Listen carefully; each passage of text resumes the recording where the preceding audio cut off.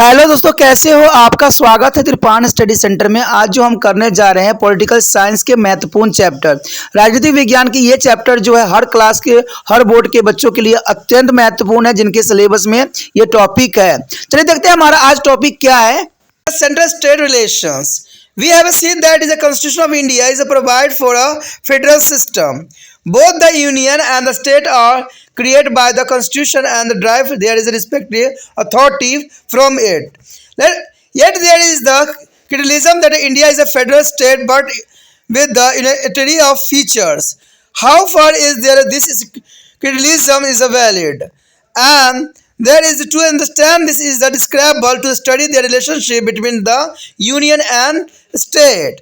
The relation between the center and the state which the constitute there is a core of federalism has been to the immigrated is a parts is a 11 and 12 of the constitution under the head legislative and administrative and financial relation.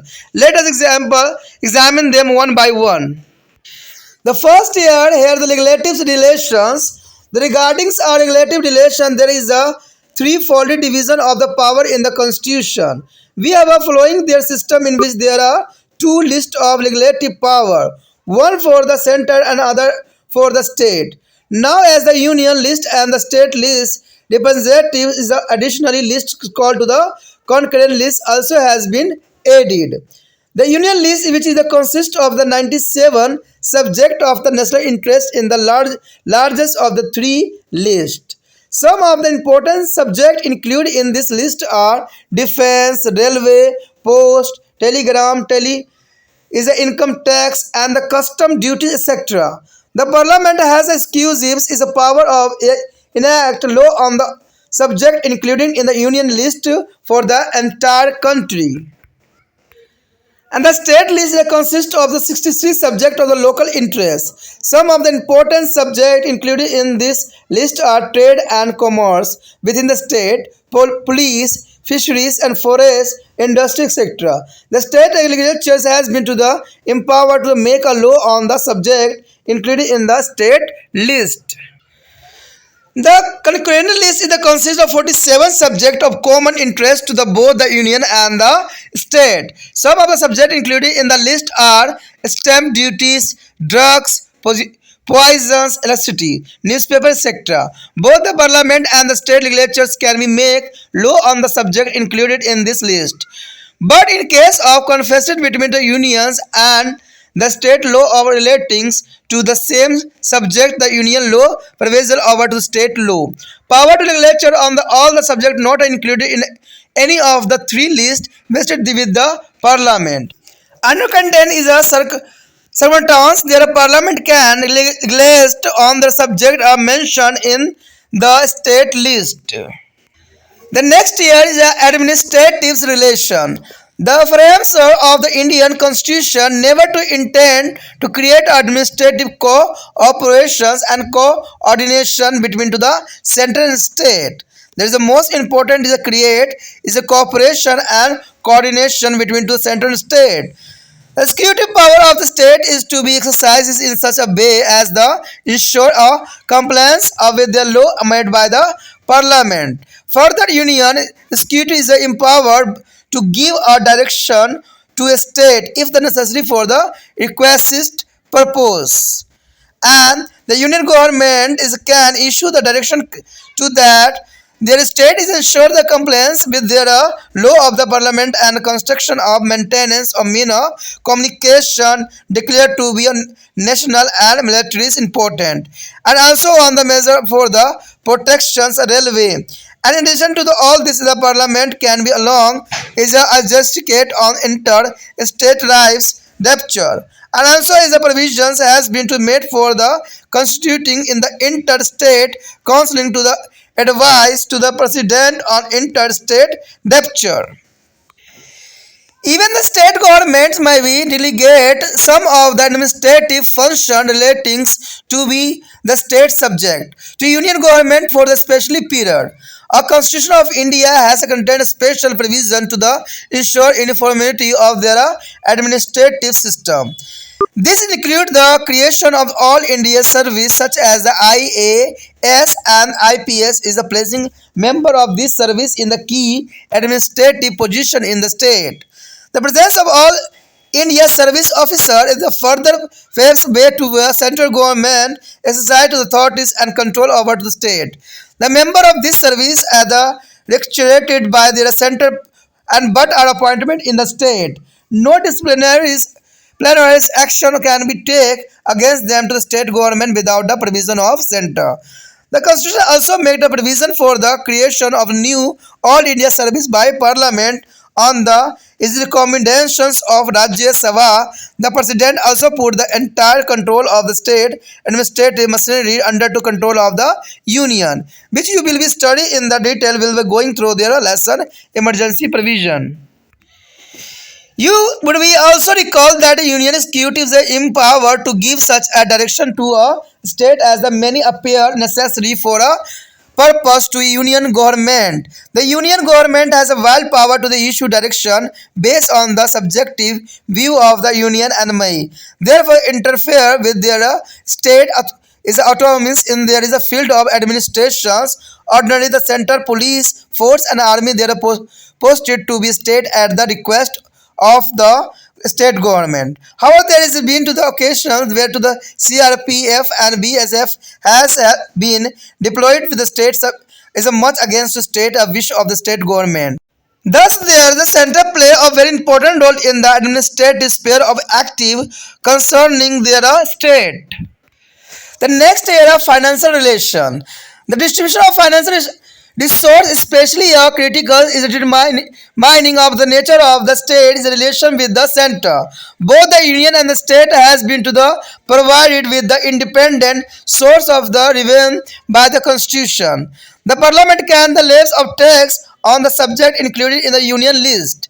The state can list as a taxes on the subject in their state list by and the large taxes that have on the interstate based on the levied by their center and this is the local based by the state. The union's list of the consist item taxations which is the fall under the following category. The first year taxes is evaluated by the union but is collected and is appropriated by their states such as stamps, duty and duties of excise on the medicinally and the toileted preparation etc. And the taxes is involved by the collected by the union but assigned to be a state wise as the railway, sea or the air etc. Taxes involved there is a collection by the center and may be distributed between to the center and the state if the parliament by the law so provides. Such as a union exercise duties, exercise on the toilet preparation etc. And taxes involved there is a collection and the remaining by the center such as the custom, surcharge, in income tax etc. The tax involved there is a collection by the center and distributed between to the union and the state such as a tax other than agriculture sector. And it is clear that is the financial sphere to the center to the better implement the center can is exercise control over the state finance and the grant in the aid of both general and special to the meet the expenditure on the development scheme. During the financial emergency, the president has the power of suspended to the provision regarding to the division of taxes between the center and state. And he can also impose the other restriction on the expenses of the state. A state plan that formed within the is a properties of the center plan to there is executed with their approval of the planning commission. Further, state has to be carried out of the center is a sponsored and scheme which the center gives to the grant and the condition under which these are to be made. The planning commission has a create and over centralize a planning system. No innovatives is left to be state and the central formulate a change has been is improved with the unimaginatives imposed upon them. यहाँ पर दोस्तों जो हमारा आया है वो केंद्र राज्य संबंध। देखिए हम इस बात से पहले चर्चा कर चुके हैं कि भारतीय संविधान एक संघात्मक ढांचे का निर्माण करता है और केंद्र राज्य दोनों का निर्माण जो है संविधान द्वारा ही होता है और दोनों अपनी शक्ति जो है संविधान से प्राप्त करते हैं और कुछ आलोचकों का यह भी गंभीर आरोप है कि भारत एक संघ है तो किंतु इसमें पूरक एकात्मक लक्षण भी कुछ मौजूद है। यह आलोचना कहाँ तक सही है, इस बात को समझने के लिए केंद्र राज्य संबंधों का अध्ययन करना अत्यंत महत्वपूर्ण है। संविधान के 11 और 12 के विधायी, प्रशासनिक और तथा वित्तीय आधारों पर केंद्र तथा राज्य के बीच संबंधों की चर्चा हम कर सकते हैं। तो सबसे पहले हमारा कैटेगरी आता है विधायी संबंध। देखिए, हमारे संविधान में विधायी संबंधों को लेकर अधिकारों का त्रिस्तरीय विभाजन किया गया है। विधायी अधिकारियों के संबंध में 2 सूचियां होती है। पहली सूची जो है केंद्र सूची और दूसरी सूची राज्य सूची के अंतर्गत आता है। इसके अतिरिक्त एक अन्य सूची भी इसके साथ जोड़ी दी गई है जिसे हम समवर्ती सूची के नाम से जानते हैं। इन तीनों सूचियों में सबसे लंबी सूची केंद्र सूची की है, जिसमें राष्ट्रीय हितों की संबंधित जो है 97 मामले का उल्लेख है। इसमें रक्षा, रेलवे, डाक तार, आयकर, अबकारी आदि मामले आते हैं। संसद को संपूर्ण देश में कानून बनाने तथा केंद्रीय सूची का कार्य करने के लिए विशेष अधिकार भी प्राप्त है। उसके पश्चात राज्य सूची में जो है स्थानीय मुद्दे में संबंधित 66 जो विषय का उल्लेख है। इसमें से कुछ जो है महत्वपूर्ण मामले जैसे राज्य में वर्णित तथा जो है व्यापार, पुलिस, मत्स्य पालन, वन उद्योग आदि उल्लेखित है। विधानमंडल को राज्य सूची में सम्मिलित सभी विषयों पर कानून बनाने का पुण्य अधिकार प्राप्त है, किंतु संबंधित राज्य सिर्फ अपने राज्य में संबंधित मुद्दे पर ही कानून बना सकता है। समवर्ती सूची केंद्र तथा राज्य दोनों से संबंधित जो है 47 मामलों का उल्लेख हुआ है। इसमें मुद्रिक शुल्क और औषधि, बिजली, अखबार आदि विषय महत्वपूर्ण है। संसद तथा विषय जो है विधानमंडल दोनों ही सूची में सम्मिलित विषय का कानून बना सकते हैं। यदि किन्हीं स्थिति में एक ही विषय पर राज्य तथा केंद्र द्वारा बनाए गए कानून के बीच द्वंद्व उत्पन्न हो जाता है तो ऐसी स्थिति में केंद्र सरकार द्वारा बनाया गया कानून ही मान्य होगी। यदि इन तीनों सूचियों में सम्मिलित विषयों को अतिरिक्त किसी विषय पर कानून बनाना है तो उस पर जो है संसद का विचार करती है। उसके पश्चात हमारे समक्ष है प्रशासनिक संबंध। देखिए, केंद्र तथा राज्य के बीच जो है प्रशासनिक संबंधों को लेकर हमारे संविधान निर्माताओं के मन में कभी भी 2 स्वतंत्र प्रशासनिक इकाई के निर्माण की इच्छा नहीं रही, बल्कि उन्होंने दोनों के बीच जो है कहते हैं कोऑर्डिनेशन और कोऑपरेशन बनाए रखने की कोशिश किया। यानी देखा जाए तो समन्वय और सहभागिता जो है बनाना काफ़ी उन्होंने महत्वपूर्ण समझा। राज्य के कार्यपालिका संबंधी अधिकार संसद द्वारा बनाए गए कानून के जो है भीतर ही प्रभावित होते रहते हैं। इसके अलावा यदि कभी जरूरत पड़े तो केंद्रीय कार्यपालिका राज्य कार्यपालिका को निर्देश भी दे सकते हैं। केंद्रीय सरकार राज्य को संसदीय कानून के अंतर्गत राष्ट्रीय एवं सैनिक महत्व को दृष्टिकोण से संचार, रेलवे आदि सुरक्षा के लिए दिशा निर्देश जारी करती है। इस क्रम में अगर हम देखें अंतर्जातीय नदियों के संबंध विवादों पर संसद केवल अकेले फैसला कर सकती है। इसके अलावा एक प्रावधान यह भी है कि राज्य के बीच उत्पन्न विवादों पर राष्ट्रपति की सलाह लेने के लिए एक अंतर्राज्यीय परिषद का गठन भी किया जाए। यहाँ तक कि राज्य से संबंधित कुछ प्रशासनिक कार्य राज्य सरकार एक निश्चित अवधि के लिए केंद्र सरकार को सौंप भी सकती है। भारत संविधान में प्रशासनिक प्रणाली की एकरूपता का प्रावधान है और इसके लिए अखिल भारतीय प्रशासनिक सेवाओं का गठन भी किया गया है और उसके द्वारा नियुक्तियां अधिकारी जैसे आईएएस और आईपीएस अथवा अन्य नियुक्तियां पदाधिकारी राज्य प्रशासन में धुरी का काम करते हैं। अखिल भारतीय सेवाओं के पदाधिकारियों के माध्यम से केंद्र सरकार अपनी सत्ता का इस्तेमाल करते हुए राज्य पर नियंत्रण रखती है। इन सेवाओं के सदस्य जो है केंद्र द्वारा नियुक्त होते हैं तथा राज्य में सेवा भी देते हैं। राज्य सरकार केंद्र की अनुमति के बिना उसके खिलाफ कोई भी अनुशासनात्मक कार्रवाई नहीं कर सकती है।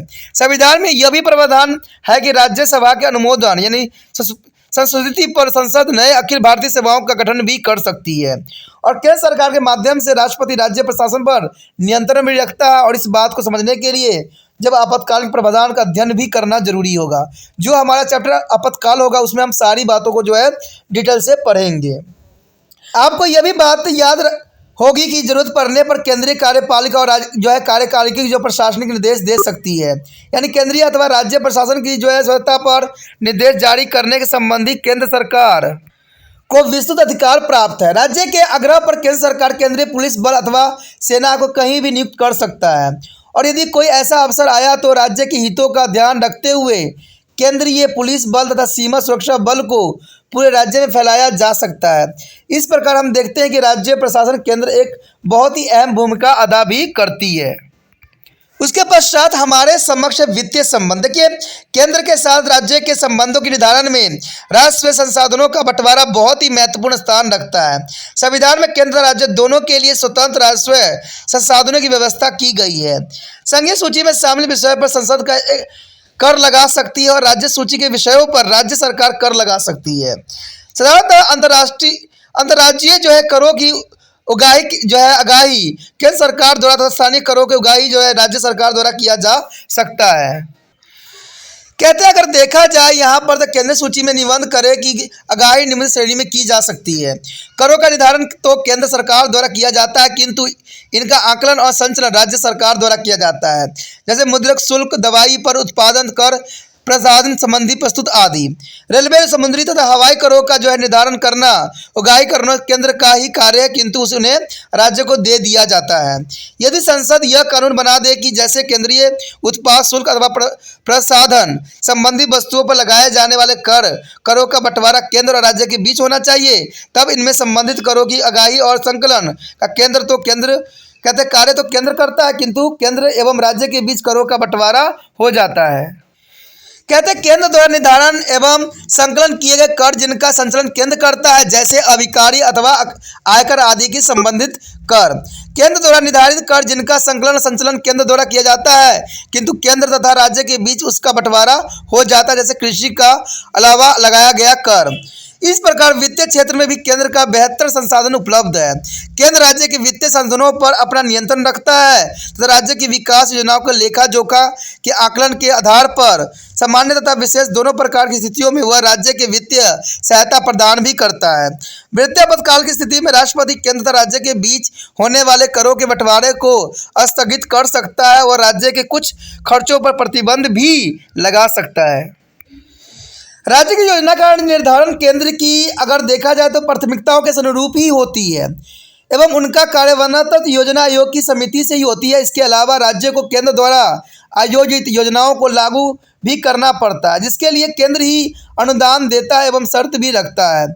योजना आयोग के जो अति केंद्रीकृत नियोजन की व्यवस्था बना दी है। राज्य के पास अगुवाई का कोई माध्यम नहीं है तथा केंद्रीय रूप से निर्धारित योजना जो है अव्यवहारिक रूप से लंब एवं बगैर उनकी स्थिति समझे उनके ऊपर थोप भी दी जाती है।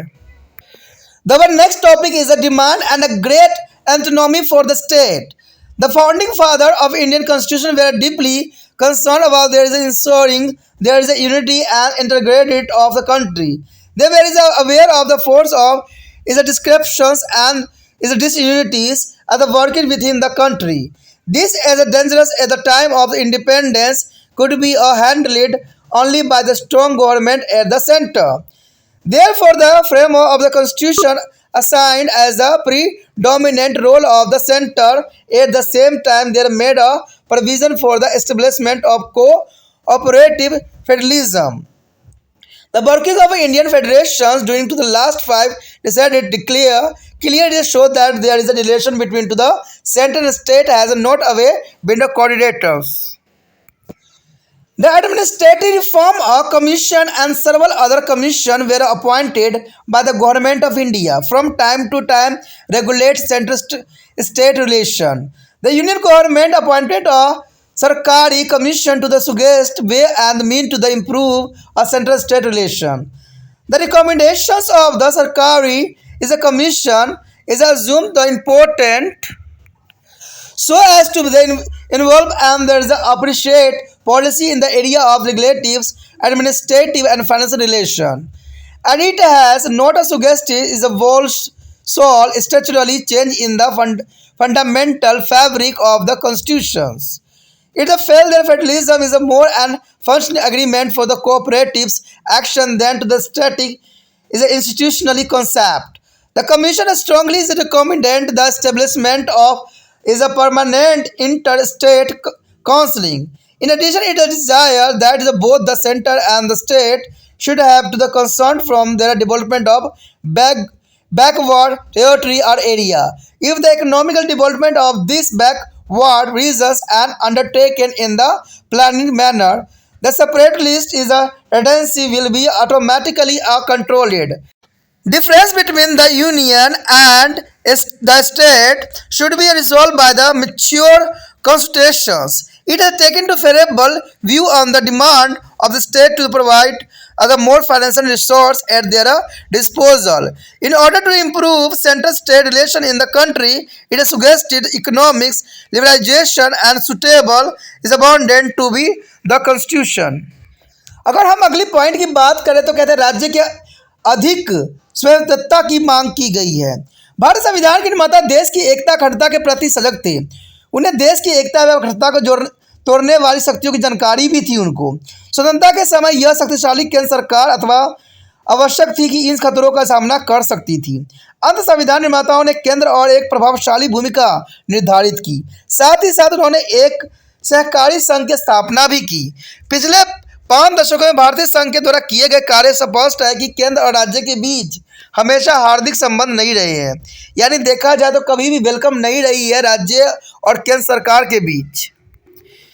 भारत सरकार ने केंद्र राज्य संबंधों के जो सुचारू रूप से चलाने के लिए समय समय पर प्रशासनिक सुधार भी आयोग व अन्य आयोग बनाए हैं। केंद्र सरकार ने केंद्र राज्य संबंधों में सुधार के रास्ते सुलझाने के लिए सहकारी आयोग का गठन भी किया गया है। सरकारी आयोग की सिफारिश द्वारा प्रशासनिक विधायी और वित्तीय संबंधों की महत्ता का पता चलता है। इसने संविधान की मौलिक संरचना में परिवर्तन भी किए है, कभी सलाह नहीं दी है। इसके अनुसार संघात्मक होना अधिक अच्छी व्यवस्था है बजाय दृढ़ स्थापनिक कल्पना के। आयोग ने स्थायी अंतरराज्यीय परिषद की जो इस स्थान पर जोर दिया है। इसके अतिरिक्त से इस बात पर भी बल दिया गया है कि केंद्र और राज्य दोनों को ही पिछड़े क्षेत्रों के विकास के लिए ये प्रति सजग रहना चाहिए। यदि इसे एक सुव्यवस्थित प्रकार से किया जाए तो अलगवादी शक्ति जो है स्वयं ही समाप्त हो जाएगी। आपसी सलाह मशवरे द्वारा संघ और राज्य के अपने अंतरों को जो है समाप्त करने की कोशिश करना चाहिए। यानी राज्य और जो है सरकार, केंद्र सरकार आपस में तालमेल बैठाए तो देश के विकास में जो है अग्रसर होना कोई बड़ी बात नहीं रह जाएगा। राज्य द्वारा अधिक वित्तीय सहायता की मांग को आयोग को उचित ठहराया भी है। केंद्र राज्य के संबंध सुधारने के लिए आयोग ने आर्थिक उदारीकरण और संविधान के संशोधन की सिफारिश भी किया है। तो इसी के साथ हमारा ये चैप्टर खत्म हो जाता है।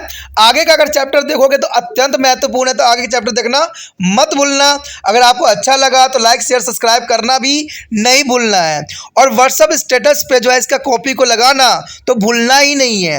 अगर पहली बार वीडियो देख रहे हैं तो चैनल को सब्सक्राइब करना भी आपके लिए अत्यंत महत्वपूर्ण रहेगा, क्योंकि बाद में अगर आप टॉपिक को अगर खोजोगे कि तिरपान स्टडी सेंटर में मिलेगा तो वो शायद आप रिसर्च करोगे यूट्यूब पे तो आपको शायद प्राप्त नहीं होगा। आपको वो वीडियो प्राप्त होगा जो पुराने हैं, जो दूसरे इंस्टीट्यूशन के हैं। तो अगर तिरपान स्टडी सेंटर के अगर आपको अच्छा लगता है तो आपको तिरपान स्टडी सेंटर के टॉपिक ही ये पसंद आएंगे। तो इसके लिए आपको चैनल को सब्सक्राइब करके रखना ही सही रहेगा, क्योंकि चैनल को सब्सक्राइब करके रखोगे, अगर इसके वीडियो वाले में जाओगे तो सारे वीडियो जो है तिरपान स्टडी सेंटर के आपको प्राप्त हो जाएगा। और जो टॉपिक आपको अच्छा लगता है उसको सेव करके जो है आप लाभान्वित हो सकते हो।